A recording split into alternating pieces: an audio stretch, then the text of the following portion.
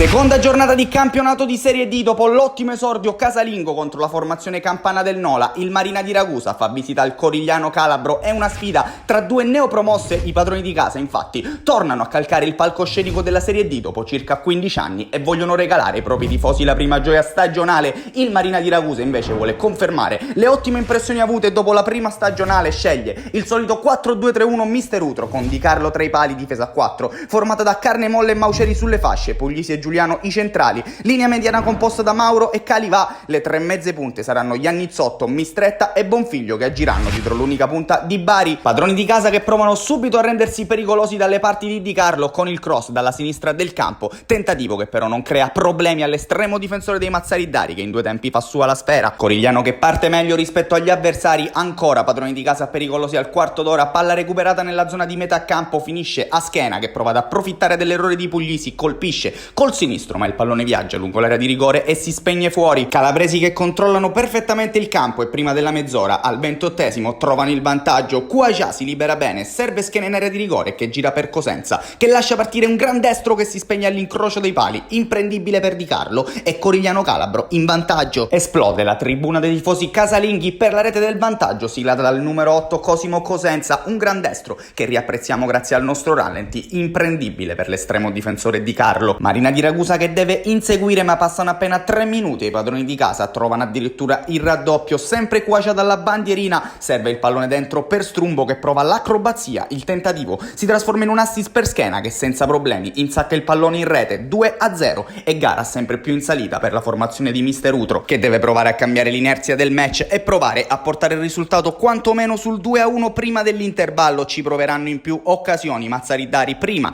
con il calcio d'angolo e il tentativo di Giuliano di testa che non inquadra lo specchio della porta, poi con il tentativo del numero 10 Domenico Mistretta che prova a calciare dal limite dell'area e ripetersi dopo il primo gol in Serie D contro la formazione del Nola. Non riesce però a inquadrare in questo caso lo specchio della porta, sempre Giuliano da un cross che arriva dalla destra del campo, ci prova di testa ma la sfera finisce alta. Si va a riposo sul parziale di 2-0 in favore dei padroni di casa, ma nella ripresa è tutto un altro Marina di Ragusa e al 60esimo arriva l'occasione per rientrare in partita. Mistretta salta di netto corso che lo atterra così in area di rigore, nessun dubbio per il direttore di gara che concede la massima punizione alla formazione di Mister Utro. Dal dischetto si presenta lo stesso numero 10 Domenico Mistretta che prende la rincorsa e calcia alla perfezione, glaciale e seconda rete stagionale con la maglia del Marina di Ragusa in Serie D. Al 60esimo minuto dunque si rifà sotto la formazione di Mister Utro, che dall'altro lato però rischia di subire il colpo del KO con Cosenza che va un passo dalla rete del 3-1, così come farà anche Cocimano al minuto 77 lasciando partire il sinistro che non riesce però a creare problemi a Di Carlo. Marina di Ragusa che dunque ci prova fino all'ultimo con il tentativo di Mistretta che si spegne al lato. Finirà così la sfida con il Corigliano Calabro che supera di misura il Marina di Ragusa e ottiene la prima vittoria in Serie D. A noi non resta allora che salutarvi amici della Wii Sport e darvi come sempre appuntamento alla prossima.